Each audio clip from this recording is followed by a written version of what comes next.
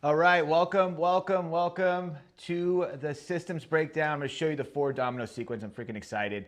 Thank you for being here today. We just had the VIP room, which went great. Q&A, talked about leadership development, a lot of good stuff, but I'm really excited about this, okay? And this 4 dominoes workshop is going to be great. We really want to break down what's going to make your restaurant successful, what's not, and so I'm going to jump right into it. Okay, we're going to be moving fast here. So I just want to break down what we're going to be doing and just go in, because I'm going to tell you right now, I talk fast. I don't mean to, but this is a lot of information in a short amount of time. You guys are restaurant owners, managers. You guys are busy, have things to do. I'm going to make sure that you guys get all the processes and systems in here. Okay, cool. You guys are all in. So if you can hear me, first of all, give me a thumbs up. Give me a thumbs up if you can hear me. And while you're doing that, I'm going to start just jumping right into it. Guys, I talk fast. Take notes. Have your notes out. Note takers are money makers. So take notes, write things down. If you come to this thing and you're listening to it and you're not taking any notes, you're doing yourself a huge disfavor. I want you to take notes, and then after you take notes, I want you to take action. Take action today, right? And so when I take notes, I take the piece of paper, I draw a line down the middle, I write down the thing I learned, and I write down how I can implement it, right? Today. So take notes. I'm getting thumbs up. Hello from Las Vegas. I was just out there not too long ago. I still like Las Vegas, and I like the Fontainebleau a lot, even though it's the hospitality is not the best. They're getting better for sure. They have some fantastic restaurants out there. Okay, we're getting some thumbs up. Love it. Let's get into it. So this is for business owners, restaurant owners, CEOs, director of operations, GMs, managers. And guess what? If you're a server and you're a bartender in here, first of all, give me a shout out. Just say, hey, I'm a server, I'm a bartender, I'm a host, right? I'm not in management, I'm here. I want to give you a huge shout out because that's freaking awesome. And I really respect the fact that you're here. That shows huge initiative, that shows vision. You have a vision beyond your time, and the restaurant you're in better freaking value you. I'll tell you that much right now. All right. And then also I want to welcome restaurant groups. QSRs, cafes, pizza shops, luxury apartment complexes, financial institutions, dental offices, health and beauty. All of you guys are in here today. I saw, when you sign up, I always pay attention, and I'm really excited. So awesome. I love that. Oh, you opened the Fontainebleau. That's freaking amazing. I know you guys had some struggles, though. We actually work with Coco Dulce, the chocolate shop in there. So we heard a lot of stories about how that was a tough opening. And obviously, there's a lot of history behind it. All right. Fantastic. So who is this for? Okay, this is for people who are saying this. If any of these rings a bell to you, resonates with you, then this is for you. I have a good team, but I'm not giving them enough support to succeed. Nothing's wrong, but a lot more can be right. I've always wanted to develop my people. I just don't know the best way. I'm ready to scale, but I don't know how to do it the right way. I know hospitality is the most important part of growth. I'm always looking for ways to invigorate my team, and I want to stop micromanaging. If any of those resonate with you, you're in the right place, okay? But who this isn't for, I'm looking for a quick fix, right? For example, I want someone to come in and train my team. That's not going to work. That's a wrong vision, the wrong mindset. It's not going to work. I'm just telling you right now. There's no such thing as a quick fix, especially for here, what we're trying to do today, what we're trying to do as companies, businesses. It's not going to happen. I want my managers to fix everything. If your mentality is like, I just need to give my manager some stuff and they fix everything, as an owner, you have to be a part of this process. I think training and docs will fix my hospitality issues. Again, I want you to get out of that mindset if you're in it. If you think you're a dock away, we're working on this dock. I get that a lot. We're working on this dock. We're working on this one dock. Once we get that dock cleaned up, we're going to be able to give it to people. We're going to put it on a Opus or trainee or whatever it is, Trainual, and we're going to get, and then that's just our plan. We're going to solve a bunch of problems. I think the information is the problem. I'm going to show you a lot of times the information isn't the problem, and you'll be surprised to learn it, but the data is there. I'm going to show you. I'm not ready to adapt or ready for change. This is what it's all about. We at 30% are all about evolution, right? Everyone's behind the curve. We're not evolving fast enough as organizations, and that's why we see the failures that we do and the hiccups that we do. We have the headaches that we have, and the loss of productivity and revenue is because we're not adopting fast enough. We're looking for people who are ready to change, who are ready to evolve, who are ready to think differently. And my customer retention and brand value is mastered. If you're sitting in this room and you're like, Preston, my customer retention and brand value couldn't be better, obviously, this isn't the spot for you because you've already made it. Congratulations. I'm just showing you how to get there. So if you want to master these things, awesome. If you haven't mastered, you can be doing something way more productive. All right, so goals for today. Understand the problem, not the symptom. So a lot of people come to us and they say, Preston, we need your help. And I go, okay, look, what are we working on?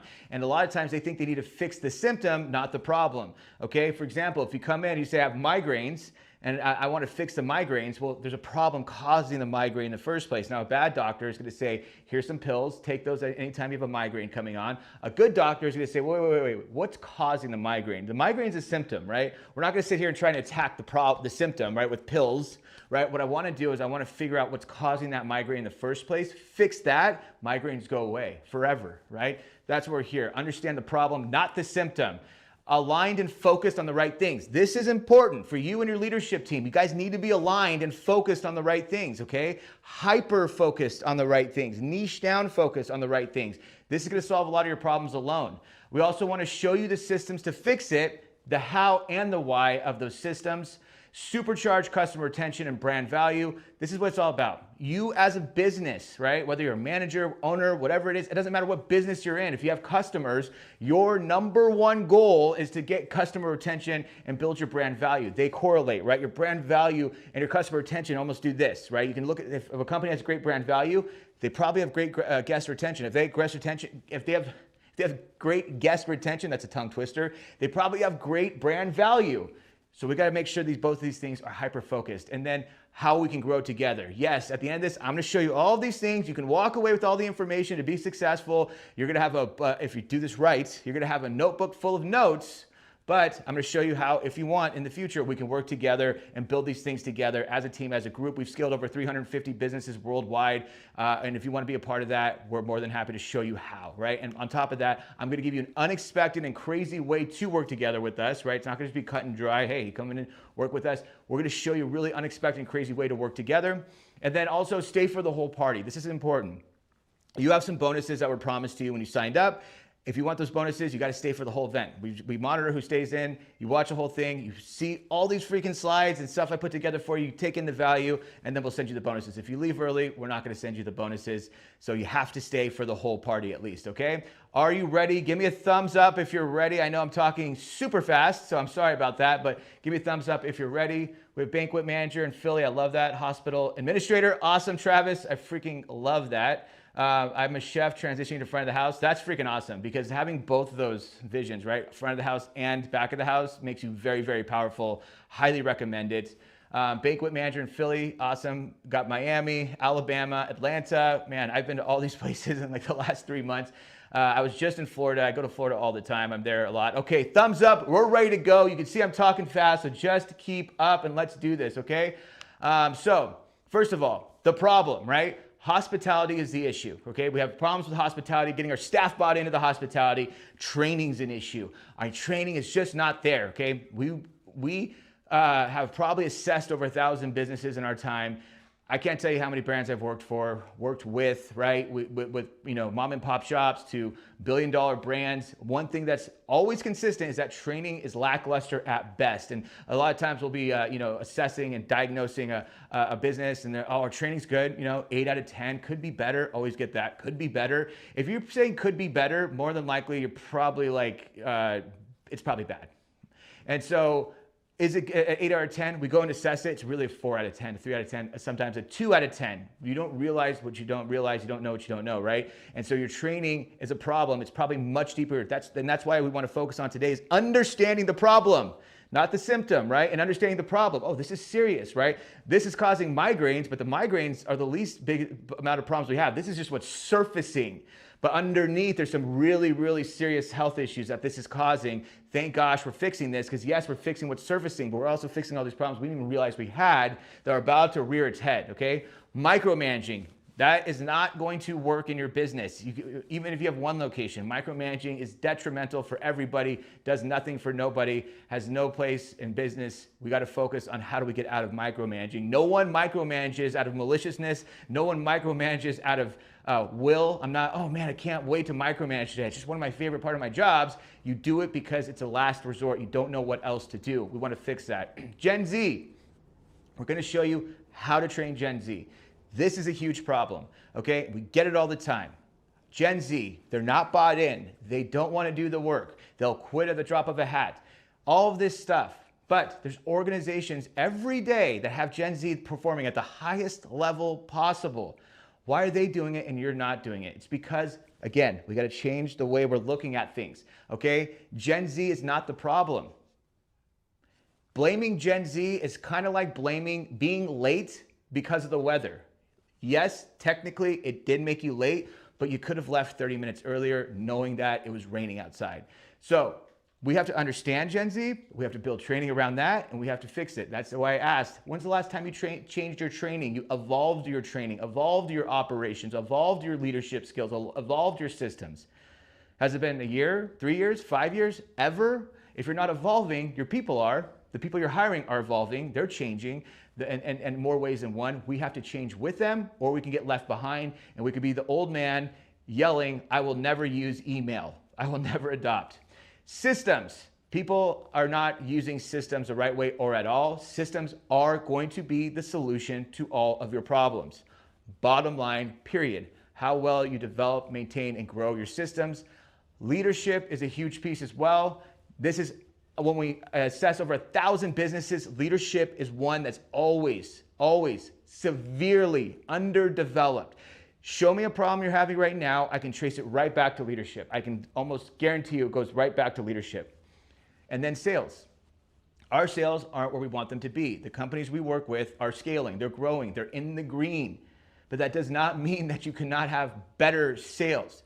You have a lot of unrealized sales that you're not tapping into because you're operating archaically. You're using brute force power to operate, which is why micromanaging happens, which is why owners stay in the business longer, which is why GMs and managers have to work longer hours, get more frustrated, and not see results. We want to fix all these problems, okay? So we start with this framework. Now, this is a framework we show all of our clients, and we build it out, and this is why you can distill all of your problems into these in one way, shape, or form, or all of these. We want to focus on focus, clarity, and innovation, okay? Focus, clarity, and innovation. Focus. Are we focused on the right thing? Are we hyper-focused on the right thing? Your managers have an endless to-do list right now. You have an endless to-do list right now. What are we focused on? What do we want to be focused on? Because we can't focus on everything, otherwise it just gets diluted on that list, right? I want you to hyper-focus on one thing. This is our North Star. And our North Star needs to be guest experience. That's our North Star. That's what makes us successful. Again, solve the problem that'll make your business the most successful first, right? Every problem is important. What problem can we solve first that'll make our business the most successful? That's going to be solving your guest experience issue. If I can give my guest a great experience, I have more revenue coming in, my profit line goes up, my profit margin goes up, and now I can hire more people. I can hire a director of training. I can do this, I can do that. All of a sudden things unlock when we focus on the right things. Now that we're focused on the right thing, we have to move to clarity, right? What clarity are we giving our teams in order to focus on that right thing? Okay, I want you to focus on this. Now I have to give you clarity on how to execute it. That's training, that's systems, right? I'm gonna train you how to do it, and I'm gonna give you the systems to do it so you have full clarity. This happens all the time in businesses. Preston, my managers aren't holding people accountable. Okay, walk me through the process of how you train them on holding people accountable. Well, I tell them, when you see someone walk in and they're late, say something to them, pull them aside, tell them they can't be late, and then give them a verbal warning, get a written warning. That right there is so much vagueness. There's not a lot of clarity there, right? You're just kind of giving them a gist of what they should do and mostly how you would do it. We have to give them full clarity. Super simple. Here's your job. Someone walks in the door and they're late past 1 minute. You're gonna do exactly this every single time. And I give you full permission to do it. You're gonna pull them inside the office. Hey, you were late. You're gonna give them all the objection handlings. They're gonna either say one of three things. I get it, I understand. Where do I sign? Well, I was late for an extreme reason. I locked my keys and my phone in the car and had to walk 45 minutes to get here. Or I'm late all the time, or I was just a minute late. What's the big deal? And now we give them a template. Here's what you're gonna say at that point. Here's what you're gonna say at that point, but always leads back to the accountability piece. And then we walk out, right? Well, what if they are irate? Well, then you're gonna just, hey, I'm gonna have the GM take over from here. We'll set up a meeting with you guys and we'll just leave it at that. Well, we have to give them that full clarity versus, yeah, when they're late, come on, just pull them aside, write them up, or hold them, give them a verbal warning. Okay, but then what? Why are they doing it? What's the structure? And is everyone else doing it? All the other leadership teams doing it, right? So clarity is so important for every role, for server, for host, for bartender. How much clarity are we giving our team? Or are we just giving them the gist and going, Why don't they get it? Why don't they get it? Why aren't they doing it? Why don't they get it? How come they don't listen? Why aren't they getting it? Because we're not giving them any clarity. And if you have to ask, do I have to do that, Preston? Isn't that obvious? Yes, you do have to do it. If you're a true leader. Innovation is the last piece. How are we evolving? How are we being innovators? We need to be innovators in order to change the game, okay? You look at Chick-fil-A, one of the most successful brands, which we'll get into in a little bit. You look at Ding Tai Fung, you look at Carbone, you look at all these brands that have scaled so well, do so well. They're innovators in what they do, how they operate. They do not operate like every other restaurant. It's completely different. It's like something else. And that's because they're constantly evolving on how they're developing their people. They understand Gen Z and how to train them and how to develop them, right? We have to understand those things. It's so freaking important. So I want to tell you a little bit about my journey first. I'm going to go through this quickly, but I just want to let you know about me a little bit and what I've been through and how I got here, okay? I've been in the industry for over 20 years. We've helped open 35 restaurants from the ground up. That's actually closer to 50 now. I have to update this. But we also have scaled over 350 businesses worldwide, and we've teamed up with industry leaders, and we train countless teams and leadership teams across the world. It's been a very, very, very blessed experience for me, but it wasn't always unicorns and rainbows for me because my journey wasn't just super cut and dry. I started off in the industry. I had a friend of mine, I got out of high school, I was lost, right? I get out of high school, I don't know what I'm doing. I'm not going to college, wasn't a good student in high school, very lost, didn't know what to do with my life, and I was working minimum wage jobs, barely being able to pay for my existence. And I had friends that are going to college and living these really cool lives, and they're living in dorms, and they're just having fun. And I was sitting here barely able to, pay for my cell phone bill, and super depressed, super sad state. And I met a friend of mine, and he had a lot of money. And I remember that because he had a nice car, and a lot of money to me at the time. A nice car, he had a nice apartment, he had his own apartment, he had nice clothes, and I remember he would pay, when he paid, he'd pay with $100 bills. And finally I asked him one day, I said, what do you do for work? And he said, I'm a server. And I was like, oh my God, and we were young, he was 18. I go, how did you become a server? And he was like, oh, I was a bar back for this restaurant through high school on the weekends. And as soon as I turned 18, I applied to be a server and they moved me up. But he was a hard worker. He got it, right? He studied the menu and he studied all these things. He just told me his whole strategy. And I said, well, I want to be a server and I want to make some money because I could barely afford my cell phone bill. How do I do that? He goes, well, Preston, you got to become a busser.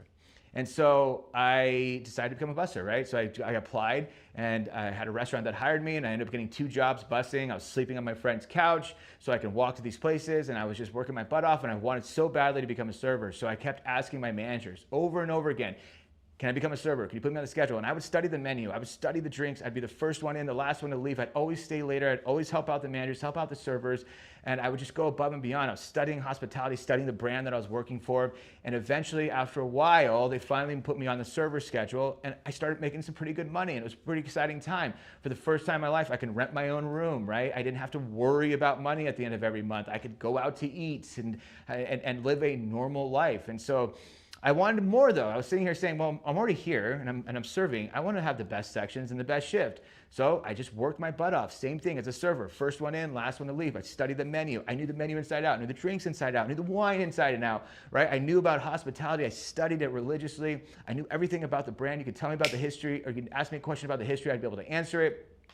Eventually, I got moved up and I had the best server, the best sections, the best shift. And I was making really good money.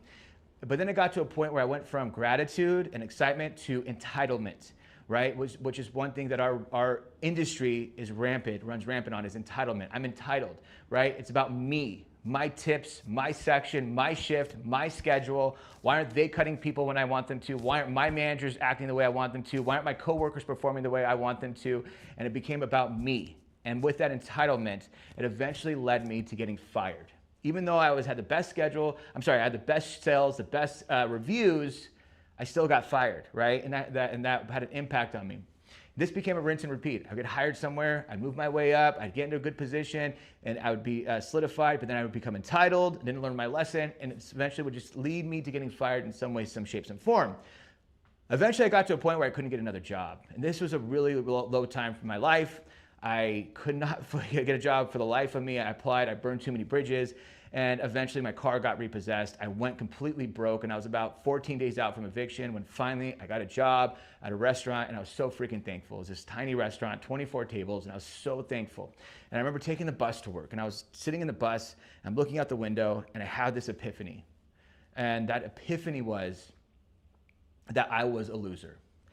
And it's not just that I was a loser, right? That wasn't the biggest part of the epiphany. The biggest part was that it was my fault. Because before, I'd blame everyone else, right? I blame my coworkers for not supporting me, my managers for firing me in the first place. Don't they know who I am and how much I've done for the business, right? I even blame my parents for not raising me right. The way I act this way is because of my parents. It has to be their fault, right? Anybody's fault but mine. And for the first time in my life, I took ownership. Every action, every consequence I have led to, were actions that led to this, right? My own actions, my own doing. And I realized I want to take over. And I want to take over. So I got to this new job, and this restaurant wasn't doing well. They're in the red for the 3 years they were open. And with the gratitude I had, I said, you know what? I just want to honor this place for giving me a job. What I'm going to do here is I want to make this place successful. I want to do everything in my power to make this place successful. I will no longer care about Preston's tips. Preston's tips do not matter. I don't care what tips I make. I don't. It doesn't matter to me anymore. What I care about is honoring this place that gave me a job. And this place happened to have good leadership. But what I did was, my mission is I walk into work every day and I said, every person that I interact with, I'm going to do one thing. I'm going to do everything in my power to make sure that they come back. So if they come back, we'll be busy next week, next month, next year. We'll be busy. Everyone benefits. But what I'm going to do is just do everything in my power to make sure every person I interact with comes back. Not just people I serve, anybody I interact with, right? I'm going to do everything in my power to act a certain way, to give a certain aura, to give them a level of comfort and a level of support and respect to where they're going to want to come back. And so I did this, and this, after a while, had a tremendous impact, something I've never seen before, where people started asking for my section all the time. Now you got to remember, I was Mr. Hotshot, best server in the world. You couldn't get better than me. I was the best. I knew hospitality inside out. So good at my job. I could take a bunch of tables. My guests loved me. My reviews were great, right? My sales were great. I was just the best. But for the first time in my life, I actually saw people that respected me, people that I was serving, that respected me, that were appreciative of me, that truly I had an impact on, that would shake my hand afterwards and say, thank you so much. They would bring their families back to meet me. Oh my gosh, this is Preston. Yeah, we love Preston here. He's amazing. For the first time in my life, I'd have spouses bring their wives, their husbands to come meet me, their business partners, their family comes flying into town. Who do they come see? Preston, right? They want to introduce me to these people. And it had a huge impact on me spiritually, right? I was actually fulfilled spiritually. The money didn't matter, but the crazy part, because I post about tips not mattering all the time, and of course I get the entitled C players always calling, oh, well, how do I pay my bills and blah, blah, blah. I'm not saying don't pay your bills. I'm not saying it's about money. And the lesson here, it's not even a lesson, it's just a fact, is that I was making the most money I ever made as a server, working in a restaurant that had the lowest check average, and it was the slowest restaurant I've ever worked at. And I made almost double the tips I was making at any restaurant that was way more trendy, way busier, way higher price point, because my tip average went through the roof. Because I was truly selflessly giving hospitality, because I truly, honestly did not care about the tip in any way, shape, or form. I was just there on one mission to give that guest the best experience possible. My GM finally saw this, right? Not finally, but he finally came to a realization. He goes, Preston, pulled me aside and said, can we train the other servers and bartenders and can we train everyone else to do this? Because if we can, we'd be super successful. So we embarked on a mission and developed training systems and leadership to support this, right? But I knew from my experience, my personal experience, I knew what the problem was, right? The problem wasn't the knowledge. The problem was the mindset, right? The mindset that we were allowing into our restaurants and allowing people to have. We had to change that first. That was the most important thing. And so we did that. We went on that mission, and we took that tiny 24-table restaurant from doing $500,000 a year to doing $1.2 million a year in 14 months. We had that flip, and it was profitable. For the first time, corporate called us, what are you guys doing down there? And so they started sending us other locations. Now, these locations weren't doing bad. They were in the green, right? But they knew they could be doing way better. And so we go around flipping them. We got poached by a couple other companies, and it was a really successful career learning and developing leadership, training, and systems. And then we started 30%. And then 30%, we've scaled over 350 businesses worldwide. We've contributed over $250 million in sales. We've been featured in Forbes, Business Insider, Bloomberg. We've been seen on Fox and CBS. We're endorsed by Toast. I'm not telling you this to brag. I'm telling you this so you know this works. What I want you to do is take the knowledge you have today and apply it, right? It's not going to all sound like this is perfect fit. Your goal today is to extract value.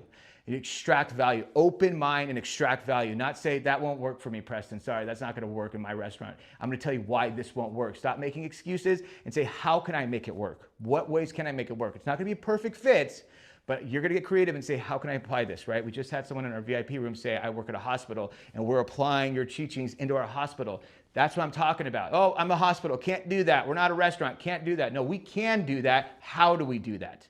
Right? Those are two different mindsets. And that's what I want you coming in, switching the mindset, right? I want to be successful. These are things that absolutely work. How do I do it? Okay. And it's not just me.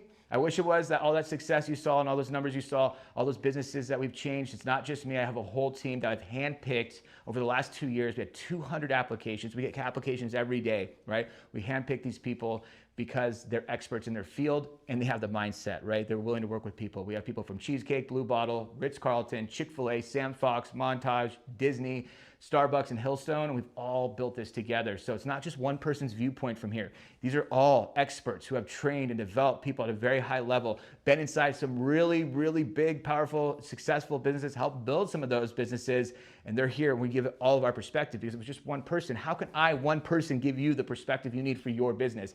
You need a team, right? And we got to work these kinks out, and that's what you're getting when you go through this stuff, okay? And we've been trusted by some really great brands, right? The Autograph Collection Hotels, Mastro's, Gaylord Hotels, Meow Wolf, which is a fantastic concept, Del Frisco's, Prince Street Pizza, just to name a few. And I'm telling you this again because these brands trust us because they know that these things work, right? And I want you to believe in this. We've been really blessed to work with some cool names. Tyler Florence, Food Network star. He's obviously not only super successful on Food Network, but he's owned, he has Miller and Lux, which is the best steakhouse I've ever been to. And it got number 16 in the nation for best steakhouse. Chef Eric Ajapong, who's all over Food Network right now. Amazing, amazing chef. We went to his restaurant in DC. It was, I've never had anything like it. And then Jamie Oliver, who we're going out in June next month, and we're going to go work with him. We're really excited about that as well. And we also have 100 video testimonials, over 100 video testimonials of owners who've got on video and said, you've changed our business, you've changed our lives. They took the time to actually get on camera to say that afterwards. And again, I'm not telling you this to brag. I'm telling you this because it works. Take this and run. Okay, so let's get into the data. Let's start cooking here. Let's get in the data. Follow along if you can. Really, really important. First of all, I'm going to go in here real quick, and I'm just going to say, if you guys are ready to go, let's do a thumbs up. And let's freaking go, okay? Give me a thumbs up. Tell me how freaking excited you are. Just create some energy in the room, right? Give me some buy-in. Show me you're excited. Show me that you're ready. Do something. Go crazy in the chat. I just want to see the excitement as we dive into this. We've got a short amount of time to go over a lot of information, okay? So first of all, 70% of restaurant customers visit only once and never return. This is where I want you guys to start understanding the data and start looking at things differently. Right now, you're looking at operations. You're just constantly looking at operations, right? Operations, operations, operations. No, I want to look at the data. I want to look at the guest experience. I want to look at developing my people. Not about, hey, task. No, develop. Understand, grow. Yes, there we go. Let's go. Ready to go. All right, that fish thing, Heather, I don't know what that is, but that's freaking awesome. All right, balls to the wall. I love it, Raymond. There we go. Buckle up. I love it, Josh. Thumbs up. Yes, all right, there we go. So 70% of restaurant customers visit only once and never return. Let's do something with that information because that's a fact. You have to accept that. Again, as a leader, what do I do with that information? Well, how do I get that number down from 70 to 60 to 50 to 40? Because if I can do that as a leader, I'm going to make this restaurant successful, and then I'm going to be successful, right? Will Guidara, what did he do? He made every restaurant he worked at successful until he got to 11 Madison Square. He's the author of Unreachable Hospitality. He got to 11 Madison Square, made that the most successful restaurant critically and financially in the world. Now he wrote the book. Now he sleeps, and his book sells. His bank account goes like this while he's sleeping, right? That's what we can do if we're focused on the right things. 70% of restaurant customers visit once, only, never return. How do we get that number down? We got to get creative, guys. We got to be focused on that, though. What's causing those 70% people to not come back? Are we tight? Are we so tight on our operations and our guest experience? I know, right? I send my best friend in there. I send a business partner in there. I don't care who it is. I send someone in my restaurant. They're going to have a great experience. I don't need to tell anybody. I don't care who they get. We're going to have a great experience because if you have that type of confidence, then guess what? That 70% is going to go down to 60, 50, 40. Then all of a sudden, you're going to see revenue climb. 4 out of 5 repeat customers disappear every year. 4 out of 5 of your repeat customers disappear every year. Why? Because this is a fact. If your guest retention was high, I'm telling you right now, your sales would be through the roof. The problem is your guest retention is low, right? Successful businesses, it's still low. Really unsuccessful businesses, it's minimal, very minimal, right? But even then, it's like when you look at restaurants that are successful, it's still a low number. How do we get that number up? Because this is proof. 4 out of 5 repeat customers disappear every single year. That's a problem. Why are they doing that? Let's fix it. 60% of total sales come from repeat customers. Now, if 60% of your total sales come from repeat customers, what should our goal be? To increase repeat customers, okay? And the last thing is increasing your retention by 5% will increase your profits by up to 25%. Now, these are all statistical facts. I'm not making this up. This is a study from Harvard. All these are real. You can look them up online. And that's a problem too, right? I get people, well, Preston, that can't be accurate, or how accurate is that? Well, that's not my, again, that's someone coming in saying, nope, that's not for me, right? I refuse the data. Right? I refuse to understand. I refuse to accept that. Well, that's fine. You can do that all day long, or you can just understand that these are the facts and how do we use these facts to make our jobs and our businesses more successful. Increasing your retention by 5% will increase profits by up to 25%. So if I can increase my profits by up to 25%, and the key to that is increasing my retention by up to 5%, what should my focus be as a leader? What should my focus, North Star, what should that be? That should be retention, increasing my retention by 5%. How do I track it? How do I monitor it? Then how do I raise it? Okay? Because if you can increase your profits, if you went up to your owner and said, I want to increase profits by 25% and I want a $25,000 raise at the end of the year, I want a $50,000 raise at the end of the year. If I do that, what do you think they're going to say? I can increase your profits by 25%. They're going to say, go for it. Where do I sign, right? And this is literally the path to do it. So simple. Simple, not easy. Okay. So, this needs to be our obsession. Like I said, we have to obsess over this. And I want to give you some case studies to understand why these things work, okay? So, Chick-fil-A, I use it because everybody knows Chick-fil-A. But in 2001, Chick-fil-A was worth $1 billion, okay? Which is great. But they had a problem. They were getting on McDonald's and Yum Brands, KFC's radar. They go, hey, that's a problem, right? Because what does McDonald's want to do in this situation? We stomp them out or we buy them. Most likely we'll just buy them, right? We'll figure out a way to buy them. Chick-fil-A didn't want to sell. But Chick-fil-A knew they couldn't compete with McDonald's billions and billions and billions of dollars. We're making $1 billion over here. We're family owned. They have venture capitalists. They have all these things supporting them. They can stomp us. So what do, right? So they said, we're gonna make hospitality our weapon. Okay, everyone talks about competitive edge. How do we get people to come in the door? How do we stay competitive? How do we stay long-term competitive? How do we stay relevant long-term?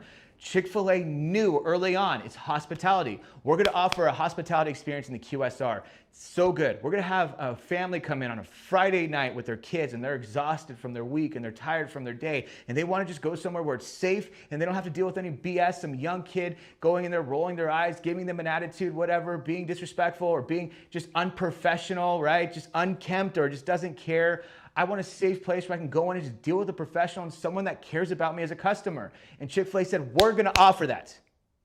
And so they consulted with the Ritz-Carlton to create their training systems and leadership to have the ultimate hospitality experience. Now think about that. The Ritz-Carlton, people told them, what the hell does Ritz-Carlton, the #1 luxury hotel and entity in the world have to do with fast food fried chicken? Chick-fil-A, we're innovators. We're innovators. We see the future. We see beyond. We are ahead of the curve. And so we know if we want to get the highest level of results, we shoot for the moon. And they did that. You want to fast forward to 25 years later, they're now worth $25 billion, which means theoretically they've added $1 billion of revenue every single year since they started this initiative. But that doesn't tell you the full story, because if you look at these numbers, KFC did $34 billion last year, Chick-fil-A did $25 billion. Here's the important piece. Chick-fil-A did it with 1/10 the locations. It took KFC 30,000 locations to do $34 billion. It took Chick-fil-A only 3,000 locations to do $25 billion. That's a big freaking deal. That matters. That means per unit, they're absolutely crushing KFC. It's not even a competition. This means that if they scale and continue to scale, they will take over KFC. They will take over McDonald's. They will be the #1 restaurant in the world. They'll take that title from McDonald's. McDonald's has had it since the dawn of time. And they have a serious risk of losing it. And not only that, but they're losing it to a family-owned business. This isn't a bunch of venture capitalists that are pumping money into the business so they can grow. This is a family-owned business still, till this day. And on top of all of that, they're closed on Sundays, which means that they're doing this 4 days less out of the month, every single month, and still crushing the competition. Why? Where are these numbers coming from, right? Because if you look at these, it gets even crazier. For the last 20 years, they've had 20% increase in revenue every single year on average, which means, guess what? The housing bubble burst and everybody's freaking going out of business. All the businesses are suffering. Chick-fil-A's up that year. COVID happens, Chick-fil-A's up that year. Every economic downturn, Chick-fil-A's up that year, right? They have 20x revenue year over year, right? Or not year over year, I'm sorry, in total in 20 years, which is insane. Also, they have the #1 customer loyalty index. And on top of that, they have the #1 per unit sales. How? How are they doing it? Well, it's all linked to this simple thing right here. For the 11th year in a row, Chick-fil-A takes the cake for the most satisfied customers. 11th year in a row. I wonder if that has to do with any of these numbers. Yes, it does. It's why they're successful. Chick-fil-A has okay food. It's fine. It's decent, right? But they have an amazing hospitality experience that has guest retention built into it, right? Guest retention is #1. And so we want to focus on focus, clarity, and innovation. This is what Chick-fil-A did. They're hyper-focused on the guest experience. They give clarity to their teams. Their training is so freaking sound, right? You're never going to go to a Chick-fil-A and see someone at a computer that doesn't know what they're doing. Oh, I don't know where this button is. Can you help me? Sorry, I'm new. Sorry about that. Never going to happen. Everyone's going to be professional. Everyone's going to know what they're doing. They're going to be smiling. They're going to be executing at a high level, right? And they use innovation to do that. They're innovative. They're Ritz-Carlton. Let's go for Ritz-Carlton. They keep innovating. They're till this day, they're changing the way they're developing their people. They understand Gen Z. They understand Gen Alpha's coming. They're preparing for that, right? This is what you do if you want to be highly successful. Everyone in here owns or runs a business. If you own and run that business, shouldn't we be just making it as successful as humanly possible, or should we be taking it as it's good enough? Right? Oh, we're missing $10,000 in revenue. We're losing $10,000 in unrealized capital because we're losing guest retention. Well, we'll deal with it next month. When it slows down, we'll look at it. We'll create that book. I'll talk to the team. We'll get the ball rolling. Once we get that director of operations, once we get that GM, once we get that extra server, once we get that hostess, once I get past this vacation, now. Now, we gotta do it now. It's our session now. Fix it now. Why would we wait? Why are we waiting? Why are we taking this so lightly? This is a big deal. One economic downturn. All of a sudden, we're feeling it. And so we wanna start by being innovative, and I wanna show you how I map out the guest journey. This is one of the many things that we show you how to be innovative in, and I wanna show you that this isn't just one person, right? We have JT over here who, yes, is 6'9", and he looks like he's standing on an apple box. But more importantly, he has 10 locations. He has Boss Cat Kitchen, 10 sushi, and he does very well. But again, we work with people of all shapes, all sizes. People are doing well, and he has an 18% increase over the last 2 years consistently, just by focusing on these things, okay? We have Oliver Nguyen here, who is owner of Vietnamese Street Kitchen in the UK. They have 3 locations, highly successful, super successful, and they're opening up their 4th location. And the #1 thing he said to me was like, the guest experience needs to be fixed. We came here, and he said it himself in this interview. It's recorded. He goes, my sales went beyond my wildest dreams. Like, he didn't even realize what he was capable of. Because again, owners think, oh, it's this little, we're missing these little, no, these are huge gains that you're just missing out on for no reason. This is Prue Freeman. She owns a Daisy Green collection. They have 20 locations in London, one of the most successful brands in London. They're huge on brunch. They really revolutionized the way brunch is offered, what brunch looks like. Super successful, and they're opening up more locations. One big thing she had was that she needed alignment, right? Alignment with their leadership team, alignment with the GMs. You have 20 locations, that gets really messy. We helped get everyone aligned, everyone organized, everyone on the same page, everyone focused on guest retention. And she said it here when I actually went in to go back. I went to London to interview her, and they just got the data from the year, right? They just got that. She didn't even know the information yet, and they're up by 20% in sales since they started with us. And she said it's one of the biggest culture shifts we've ever had.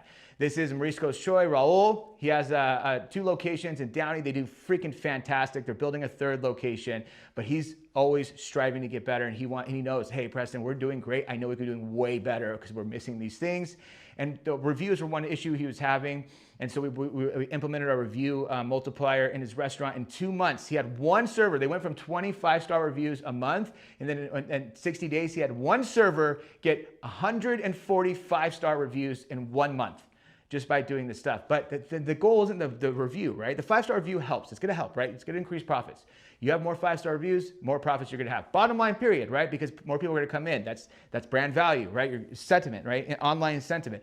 But more importantly, what I tell people is that it's not about the 5-star review, it's what happened before. How did you get to that 5-star review? You gave someone a freaking amazing experience, which means they're spending more money, which means they're going to come back, which means they're going to tell their friend and family. That's 140 people prove it, that they did that. Just one server in 1 month, okay? This is Tom Bruins. He owns 3 original pancake houses. We got him from a 4.4 to a 4.8 on Google. What do we do to do that? We got him a lot of reviews, okay? Why that's important is because that jump in reviews means he has more customers that are happy, more people that are coming back, more reviews, more word of mouth, good word of mouth, and his locations are busy from open to close. It doesn't matter what day of the week it is. He's just busy from open to close now in all 3 locations, and it's been a really successful journey. He took action, right? He saw the problem, he took action. He wasn't like, oh, I own a pancake house. It's just a pancake house, so these things don't apply to me. No, how do I apply these high-level things to my pancake house and make it an elevated, awesome experience for my diners? This is important to me. And so when we go into something like mapping out your guest experience, you want to look at something like this, because a lot of times with mapping out a guest experience is that most people don't know what it looks like, right? You got to show your team a bird's eye view. So the hostess knows where the hostess knows the job of the server, right? Why it's beyond just talking to them, right? What it looks like to actually have that guest experience. The food runner understands the job of the hostess, right? The busser understands the job of the server. The server understands the job of the hostess, right? Because they don't see all the things that they go through. But when you see how everything is connected, everything is truly connected, then you can start talking to your team about alignment. But how are they supposed to know if they don't see the big picture, right? And so that's really important. What is the hostess doing the second the guest walks in the door? Everybody should know that. The busser should know what the hostess does the second. What is our goal the second a guest walks in the door? Do we just say, well, I'm going to wait for him to walk up to the counter, and then I'm going to do this thing on the computer, and when they get a certain space from the counter, I will then acknowledge them. Hi, welcome. Hi.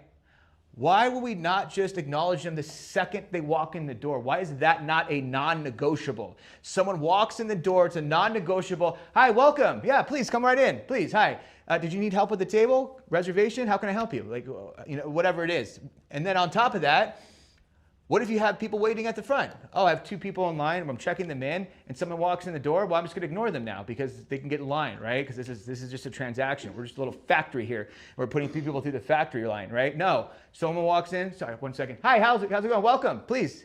Yes, I'll be right with you. Give me 2 seconds.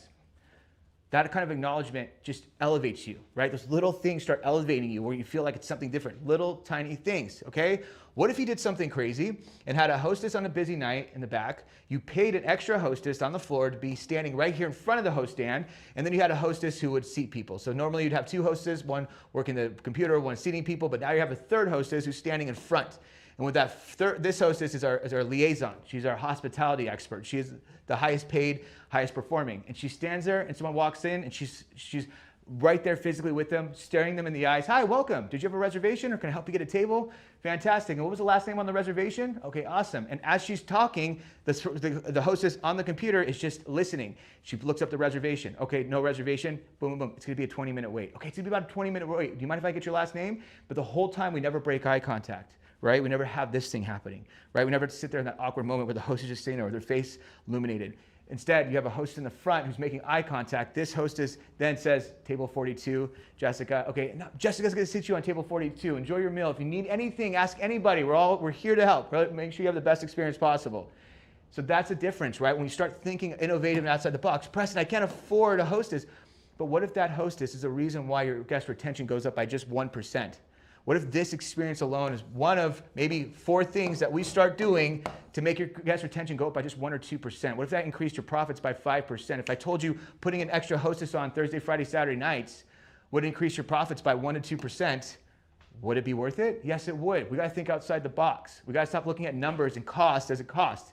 An employee, if they're trained right, and if they're led right, and they have the right systems, is never going to be a cost. They're going to be a ROI if we're doing everything correctly. It only becomes a cost when they're not trained correctly, because now we're just using brute force to put bodies on the floor to get people through a transaction. We have minimal guest retention. Now that's a cost, right? Because our guest retention is just doing this the whole time instead of doing this.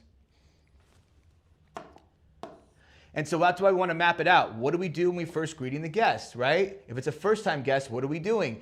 If it's a returning guest, what are we doing? This is so funny to be at restaurants. We'll always still restaurants don't even do this, but the few restaurants that actually acknowledge their first-time guests and honor their first-time guests and start building a relationship with that first-time guest, again, systematizing it to 80%. We're building that relationship with them so we get them to come back. Yes, guest retention. That's what this is, guest retention, right? How are we getting them to come back? How are we lowering that number from 70% to 40%? Restaurants will do that, but very few, if any, restaurants ever honor the returning guest. Hey, thank you for your loyalty. For that, we're going to give you nothing. We're only going to reward you if it's your first time here.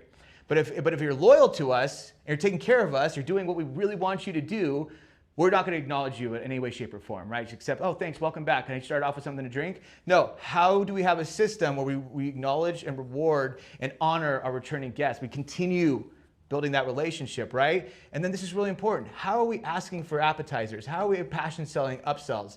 How are we dropping off food? Okay, that's important too. How are our food runners dropping off food? That makes a big freaking difference. These little tiny things start signaling people's brains something's different here, right?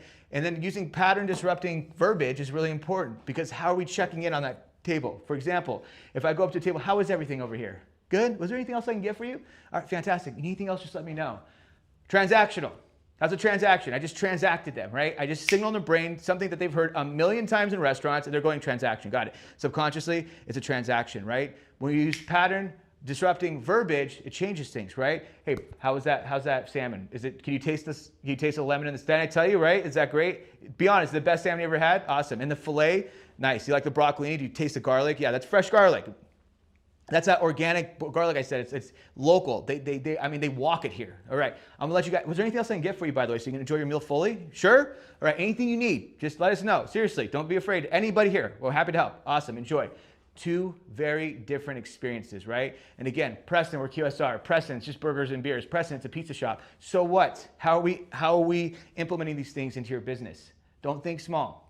It's infinite mindset, not finite mindset. So all these things are important to start mapping out every single way. What are we doing throughout this process to get them to come back? How do we lower that 70% to 60, to 50, to 40, right? How are we doing that? We're mapping this piece out. We're touch points, our real touch points. You're sitting there telling your staff, greet within 1 minute, take the drink order within 2 minutes, drop the drinks in this time, entrees out in 20 minutes. All transactional stuff. That's all McDonald's. That's what McDonald's does. They time out their food. We need to do that, yes, but that's the bare minimum. We're here to give the guests an experience. That's why they chose us. That's why they chose to sit down with us. And we're going to give them that experience and show them that there's something different happening. Hopefully that makes sense. Give me a thumbs up if that makes sense in the comments, please. Give me a thumbs up if that makes sense. Director of Homeless Youth Services at a social service agency. Love your videos, use them all the time. Awesome, I love that. That's freaking awesome. Feel free, Mari, to reach out to us on our email. We'd love to contribute and support any way that we can. Okay, so how do we do all this, right? This is a big piece, right? How do we do all this? Well, there's a couple of things that we call it the 4 dominoes, okay? And the big domino is the most important piece, right? The big domino is going to knock down all the other dominoes, but we have to have this domino first.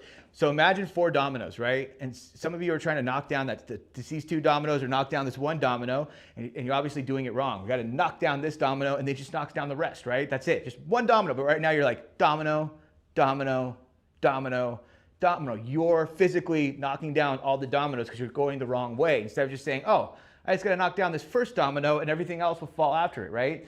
And that's what we have to develop. So there's 4 dominoes that we want to focus on. 1 is advanced leadership, okay? How do we develop our leadership? And we call it the 4 cornerstones of leadership. We're all about simplicity and minimalism at 30%. How do we make things simple and how do we make things minimal? How do we give them the least information to get the most results, right? And so leadership has to be minimal. We've got to start focusing on it. Again, we've assessed over 1,000 businesses. The number one thing we see is severely underdeveloped leadership. If your leadership team's not developed, you're not going to go very far. I can come in and train your staff for 30 days intensively, your floor staff, the servers, the bartenders, the bussers, the bartenders. I can train them to be freaking badasses. But when I leave, what happens?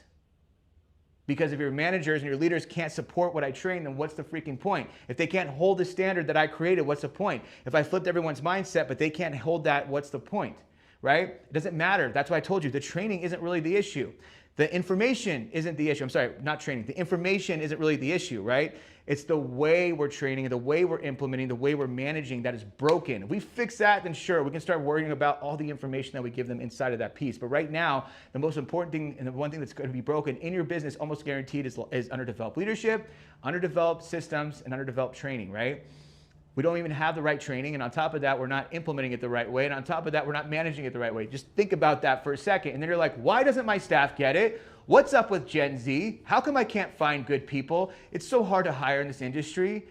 It's so hard to get people bought in. We're not doing anything right for them, giving them any support tools whatsoever. We're giving them bare minimum, basically, and then we're saying, why aren't they flying, right? I always tell people, I'm like, there's a lot of companies have the sink or swim mentality, right? You sink or swim. Basically, because that's what happens when you train someone and you have them shadow for a couple of days. Here's some information packets. You ready to go? Server's like, yeah, I'm ready to go. I want to make tips. Okay, go ahead, get out there, sink or swim, right? But I always tell people, what do you think Michael Phelps' parents did? Do you think they just, one day he was 6 years old and they just threw him in the pool and they're like, all right, just figure it out from there. And then all of a sudden, 20 years later, he's an Olympian? Or do you think they meticulously trained him, right? Had him train with the right people in the right places and had him train, right? Obviously, if you get pushed in the water, you'll probably learn how to swim. But it's going to be very, very diminished results. So advanced leadership, how are we leading our people? We break up advanced leadership into 4 cornerstones of leadership, right? Which is super simple: guest recovery, inspirational, and then of course, accountability and follow-up. So we have to be able to follow up. If we just master those 4 things, your leadership productivity is going to go through the roof. Revenue, reviews, everything, all the metrics go through the roof because your leadership's actually developed. Right now, if I walked into your leadership team and I said, can every leadership team really recover a guest, right? Instantly make them a loyal guest because we recover them so well. Can every leadership team hold people accountable consistently across the board confidently, right? Those 2 things aren't being done right, then that's 80% of their job, right? 80% of their job to increase revenue, to increase guest retention, right? All the other stuff is mechanical. That's all transactional. Then we have to have systems for the team to back it up. Systems help with the training, right? I have a system for training, and then I implement the training through the system, right? I have a system for leadership development. I implement that. I have a system for everything so it gets done correctly the right way every single time, but I have to develop that system. And then we have to have dynamic training. We have to make sure our training is actually intentional. It's not just a bunch of nonsense. It's not just kind of like, it's not just, because there's 2 things we see in restaurants. One, in businesses. One, underdeveloped training, which is there's just hardly anything at all, and then overdeveloped training, which is like a phone book of all this information that the owners put together. We have all this stuff. You got to know all these things, but you have to remember one thing: people will forget 80% of the stuff that you taught them if you don't repeat it day 2, and they'll forget 90% of it if you don't repeat it day 3. So we're just throwing a lot of information at them, and then after 7 days or 10 days, kicking them on the floor and just saying, okay, if you mess up, I'll let you know. And they forgot half the stuff, over half the stuff that they learned, right? And then they have to learn it on their own. So now it's just double work, double dipping. It doesn't make any sense. And then after that, if we have advanced leadership, high-level systems, and dynamic training, they get through the training process, then the most important piece comes on. Because a lot of people will have a training process, right? I train my people for 7 days, whatever it is. That's a system. It might not be the best system, and not be a good system, but it is a system that's consistent, right? The problem is there's no consistent system afterwards. What happens after the training process, right? I train them, and then is there a follow-up and accountability? No. It's just, if you mess up enough times, we're going to address you, right? Instead of, nope, I have a system on how I follow up and how I hold people accountable after the training process, right? That's how we operate at a high level. That's how Chick-fil-A gets their staff bought in. Now, these are really important numbers to understand, right? So 70% of variance attribute to managers, right? Managers account for at least 70% of your variance team level engagement. Meaning, if you're inconsistent, 70% of it is because your leadership team is underdeveloped, right? 21% greater profitability. Highly engaged teams will experience 20% greater profitability than disengaged teams, okay? They are also 17% more productive and have 41% lower absenteeism. People are, they call out, they do this, they do that. It's because your team isn't engaged, because your leadership isn't developed, right? 18% higher in sales. Businesses with engaged employees post 18% higher sales and 10% better customer ratings than their competitors. I want to beat my competitors. You should want to beat your competitors too. All these numbers are all about leadership, right? A 24% revenue lift from leadership programs. 4.2 more likely to outperform. Organizations with vital perform competitors. Okay, that's huge, right? 30% of the bottom line profit. We increased profits by 30%, and this one's huge. 415% annualized first-time manager ROI, right? First-time managers run through a structured leadership development program, deliver 29% ROI in the first 3 months, and 415% annualized ROI on the training investment, right? If I pay, hire a trainer, right? I'm gonna pay someone to lead my team. I'm paying them, let's say $25,000, but I get a 415% ROI. That's what I'm saying. We gotta think differently, right? We have to invest in our people. These are our people. This is our lever. They hold the lever of guest retention. Guest retention is what our profits are based on, our revenues based on, and they're holding the lever, right? And all we have to do is say, I'm gonna give you the support. I'm gonna provide you with the support to do this, right? And if I'm gonna pay someone to do this, and they're raising their guest retention, which raises their revenue, raises their profits, then this person that's doing this probably has an ROI attached to it. Instead of saying, oh wait, this costs money, oh, I don't want to do it. So let's just leave the lever right there. Makes no sense, right? We have to invest in our people one way, shape, or form. Time and money. Time and money. It's both a commitment. That's why great leadership people all the time, owners. I'll do whatever it takes. Will you? All right. Sorry, I got a little, I got to exit out here, sorry.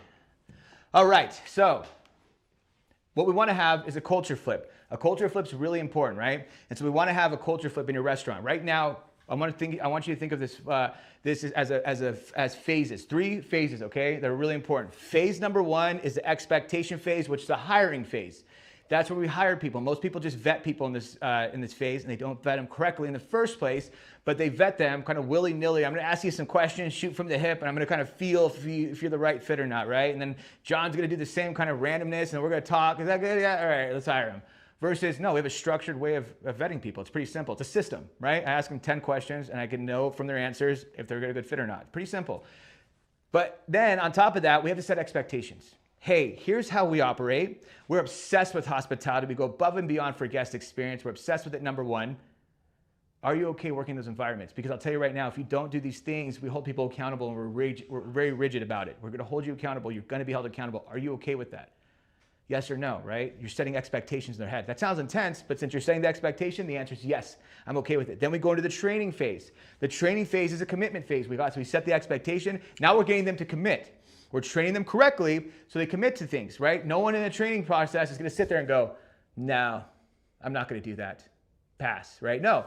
Okay, got it. That's how you do things. That seems intense, right? But if that's how you do things, I'm committed. I will commit to it. This is where we drop the balls, companies, is our implementation phase.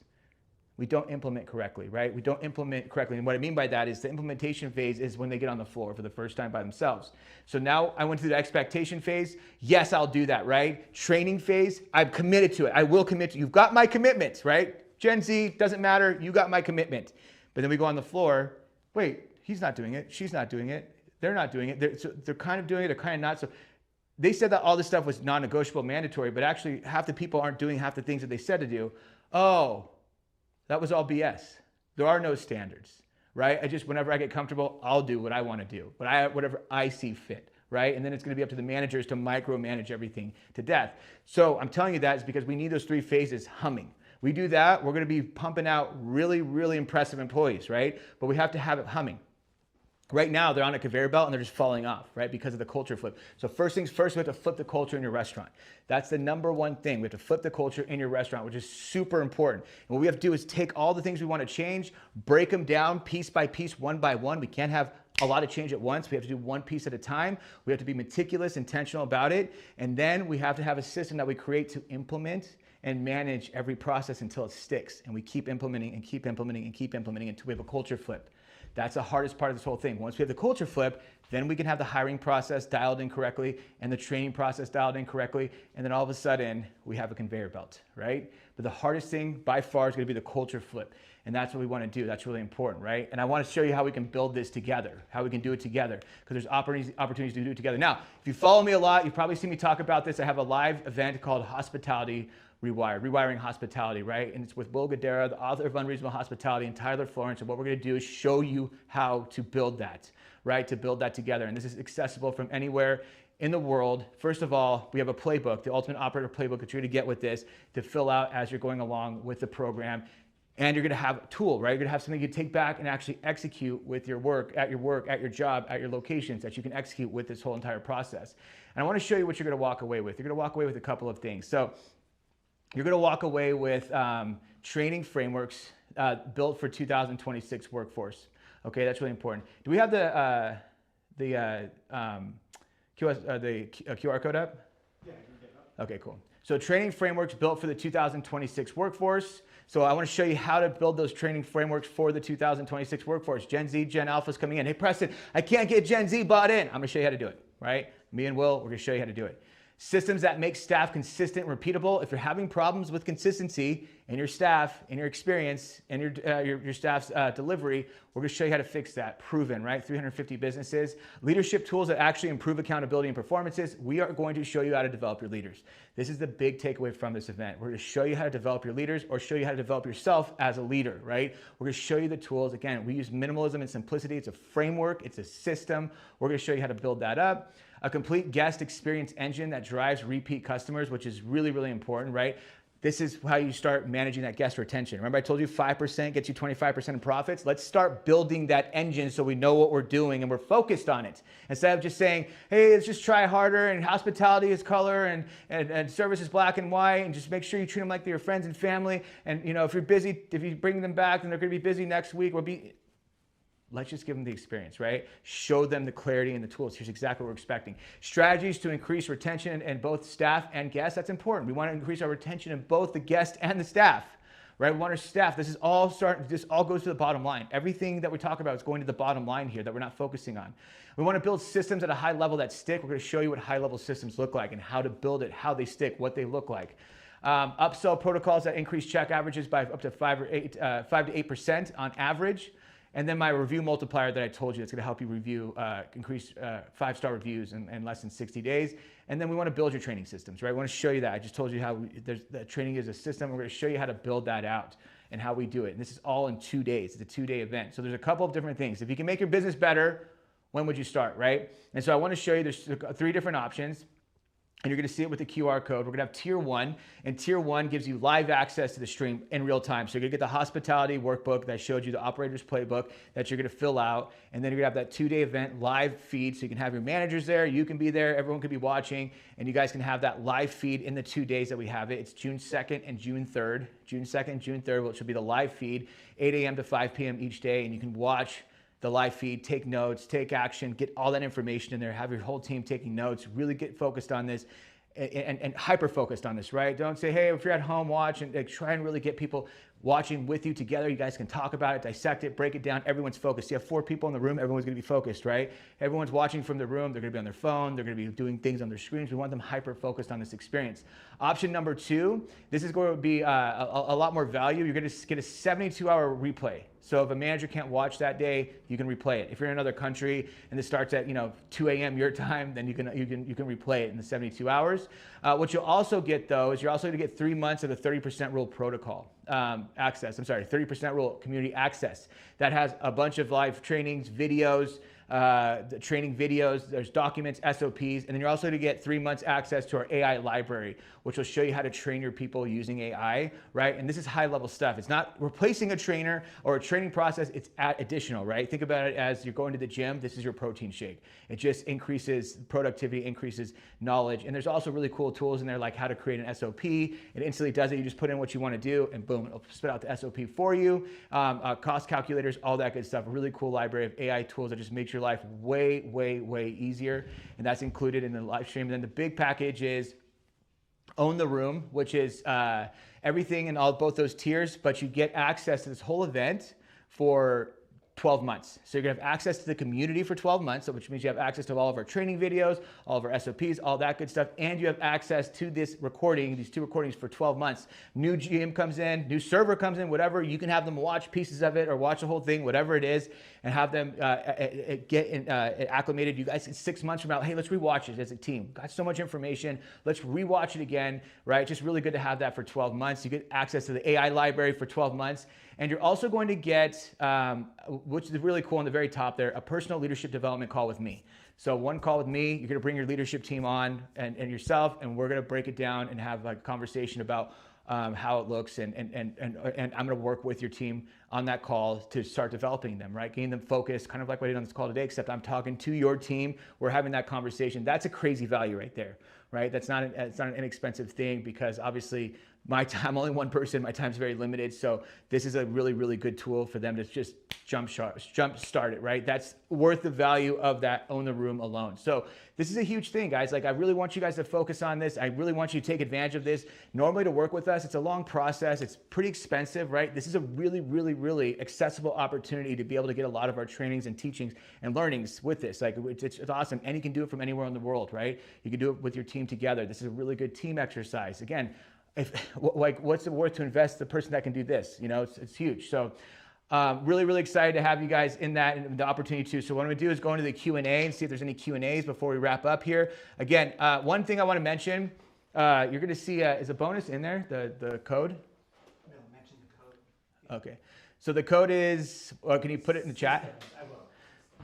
So I'm gonna put this code in the chat, it's systems, and I'll give you $300 off any package. And that's only for this call, right? So $300 off any package. So if you want it, I would take it right now. It's systems, put in code systems, and it'll give you $300 off any package you want, just for being on this call today. It's only for this call.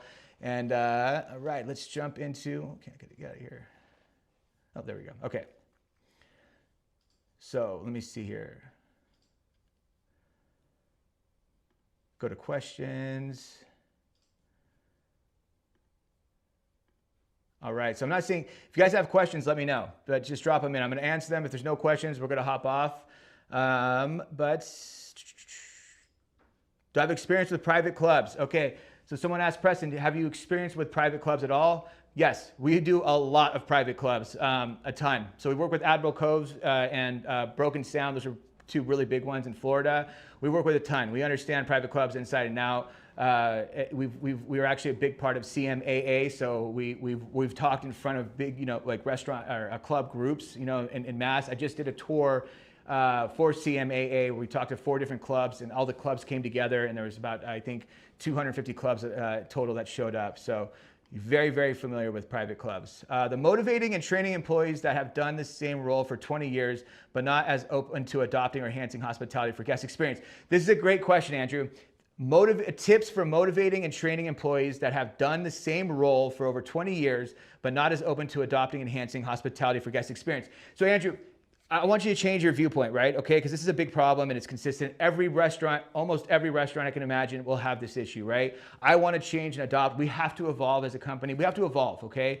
What happens when you evolve in any company whatsoever? Like any company evolve, the older people don't want to evolve. And they don't want to evolve for 2 reasons. One is because they're in a comfort zone, right? Which means they're probably not giving the guest the experience. They believe they're giving a guest the experience. They truly believe they are, but they're being very transactional. And the thing is, when we're changing these things, if the employee is truly giving the guest the best experience, has a mindset of giving the guest the best experience, A, they're going to be willing to adapt, but B, there's not going to be a lot of change for them because they're already doing it, right? They're experts at it. They're doing it. They've been doing it for a long time, and they've been putting that energy into it. Like when I come across an A player who's been in there, for, you know, in a business, let's say for 10 years or 15 years, and it's an A player adopting things, yeah, for sure. Like let's do it. I'm excited.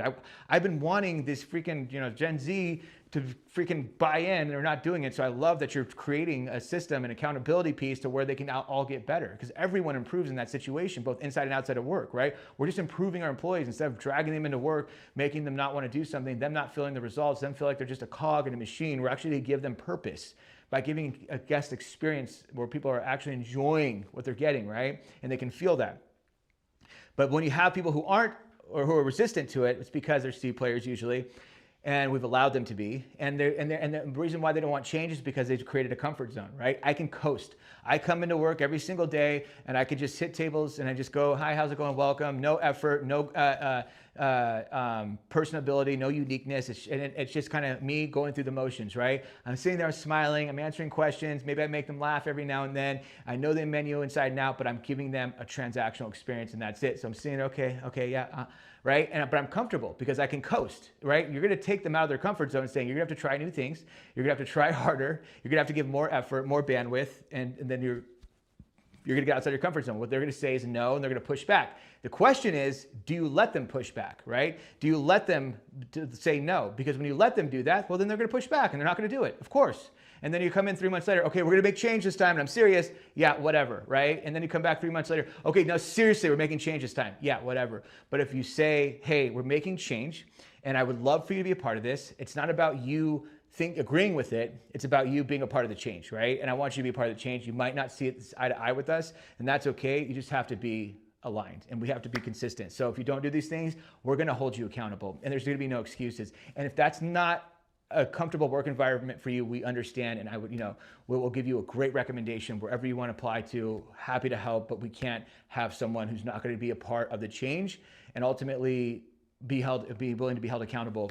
It's just not going to work out, right? And then they go, okay, yeah, sure, whatever. And then they don't do it, and you hold them accountable. They're going to throw a fit, but all of a sudden they're going to say they're serious, and they're going to jump on board. But the problem is why people have such a hard time with flipping the older staff is because we just say, we're just asking them nicely, but putting no accountability towards it. If there's no repercussion, they're not going to freaking do it. Bottom line, period. I'm not going to do it. I'm not going to go outside my comfort zone, all right? Or I'll wait till you stop looking in 2 weeks, then I'll stop doing it. But if there's real KPIs, we actually manage these things and monitor these things, and there's ways to, you can't be over everyone's shoulder. You can't see everything, so we have to set up KPIs, key performance indicators, which we'll show you how to do. Then you can monitor it, and then when they don't do it, they're going to get in trouble, right? And then if they get in trouble, they either are going to say, okay, I quit, which is very rarely happens, or they go, holy crap, they're serious, and now I'm gonna like buy in. Okay. So how to deal with no support from upper management as middle manager, financial or tools.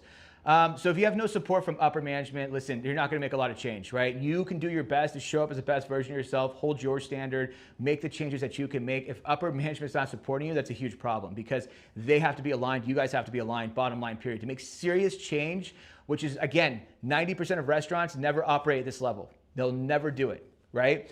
So to make this kind of change, it's totally doable, but management at the very, very least has to be fully aligned and fully bought in. And if they're not, you're not gonna be able to make that change, right? You can make a little change by showing the best version of yourself. You always wanna make sure that you're doing your due diligence for your own self and saying, I will never lower my standard, right? And I'm gonna practice every day fighting through adversity to hold my standard. I'm gonna make that a habit, right? Because I'm gonna take that habit and I'm gonna apply it to my next job. I'm gonna show them how much of a badass I am because I've developed these habits. When you get complacent because they don't care, all of a sudden I don't care, that's when you start lowering your worth, right? Your standards, and you start building habits, the wrong habits, because you're practicing every day lowering your standards because they're having an effect on you. So you got to keep those standards, and then ultimately you got to freaking find a job where they're going to appreciate you and it's going to be a good fit. And trust me, there's so many restaurants out there, when you're freaking dedicated to something like this, they're looking for you. Yes, we need more. Yes, okay, you're bought in, you get it, let's do it. We'll do whatever it takes. Suggestions on helping leadership owners understand they have to be consistent and keep people accountable. Frustrated staff due to leadership inconsistency. Yeah. So suggestions on helping leaders and owners understand they have to be consistent and keep people accountable. You can't do that, right? You're saying suggestions. If you're saying suggestions of leadership, like your leadership coworkers and above you and your owner, and you have to tell them they have to be consistent. I mean, you could talk to them about it. I would do a presentation. I put down the statistics and the numbers and say, if we get consistent on this thing and you let me take the charge on it and you give me some autonomy and give me some power and I can lead it and I'll show you the numbers and give me 6 months of your support and I'll show you the numbers of how everybody in the business will improve, they might, there's a small chance they might buy into that because they see the numbers. But outside of that, you trying to tell someone above you, giving them the vision, you can try, right? There is, again, a small chance they might wake up, but if 9 times out of 10 they're not, and they're not willing to buy in now, if an owner doesn't see it, they're probably never going to see it. Like, they should be the first ones to see it. How do you get manager on board that is resistant? If you're a GM and you have a manager and you want to get them on board, that's then it's simple. You have a conversation with them. Here's how we're going to do things from now on. As a GM, I set up all the training and the systems for you to execute. Everything's set up for you. I'm not going to sit there and go, you need to be on board with this thing, and I want you to do this, and I want you to do that. I want you to start holding people more accountable. And here's why that's not going to work. That's not clarity. Hey, from now on, we're holding everyone accountable that's going to be late. So if anybody's more than a minute late, here's 3 simple steps you're going to do. If they give you a lot of pushback, feel free to just set up a meeting with me. That's it every single time. Is that clear? Crystal clear? 1 minute late, no matter what the excuse is, here's the system. Okay, cool. If just so you know, if we find out someone was late and you didn't hold them accountable, it's your job to monitor it. If you didn't hold them accountable, I have to hold you accountable. So let's just avoid that, please, because I don't want to have that conversation, but I'm telling you right now, I will. So please, like, can we do this? Are you committed? You got my back? Okay, cool. Obviously, there's some legal things. This is just my experience. You have to make sure it's legal and compliant with you, but that's what you want to set up. Instead of saying, I need you to hold people more accountable, and I need you to do this, and do that, and do this, holding people accountable across the board, and it's too much. They're going to go, okay, yeah, got it, and they're going to be overwhelmed, not know how to do it, not have the confidence. We've got to slowly build up their confidence. We start by one thing at a time. Okay. Yes, you got it. You got it, Andrew. We don't send this presentation via email, but we might have a playback though, for sure, that we might send. It wouldn't be like a video though. You wouldn't be able to keep it. We have a team member that is resistant to elevating their hospitality because what's in it for me? Or it's not going to benefit me. So might be, yeah, absolutely. Flash Gordon. Is this the Flash Gordon? I'm just joking. No, but Flash Gordon. Yes, if someone comes to you and says, what's in it for me? That is we got to get that person out of the business. Like what they're saying is get me out. It's like, I'm a cancer. Either let me spread or get me out of the business, because I will spread. I will go into everyone's ear and start telling them, can you believe they're having us do this stuff? Do you know how much money the people are making across the street? Do you know in other companies they do this? Can you believe? So you got to pull them aside and say, listen, you just said what's in it for me. I'll tell you what's in it for you. You're going to get to keep your job, okay? That's it. This is what you do to keep your job. If that does not resonate with you, if that's not enough for you, then we should probably part ways here, because this is not going to be amicable for either one of us, right? We're not going to have a good relationship here. You're not going to be happy. I'm not going to be happy. So why don't we just do it here? Now, if you're willing to say, hey, you know what? I appreciate my job and I will do this. Awesome. I will take care of you. We'll take care of you, and we'll water on the bridge. We're good to go. But we have to come to left or right now. Are you willing to do this for your job, or are you willing to not? If you're expecting more pay, if you're saying, I need more pay to do my job, it's not going to work, right? We're going to have to let you go, right? Or whatever. We're going to have to start, I don't think this is going to be a good fit. Obviously, again, the verbiage you use is very important. It has to be legal. You have to run it by HR and your legal department. But yes, you're out. Like I would tell you right now, get them the freak out of your business. All right. Oh yes, advanced leadership development programs, coaching tips. Yeah, I mean, that's stuff that you can learn here. There's a million of them, right? And also all over my YouTube videos. So my last YouTube, by the way, if you're not subscribed to my YouTube video, subscribe right now. But my last two videos were both, my last three were both training managers. So there's so much information in there. Go watch them. This is awesome. All right. Thank you, Jonathan. I appreciate that. All right. Thank you very much, guys. I appreciate it.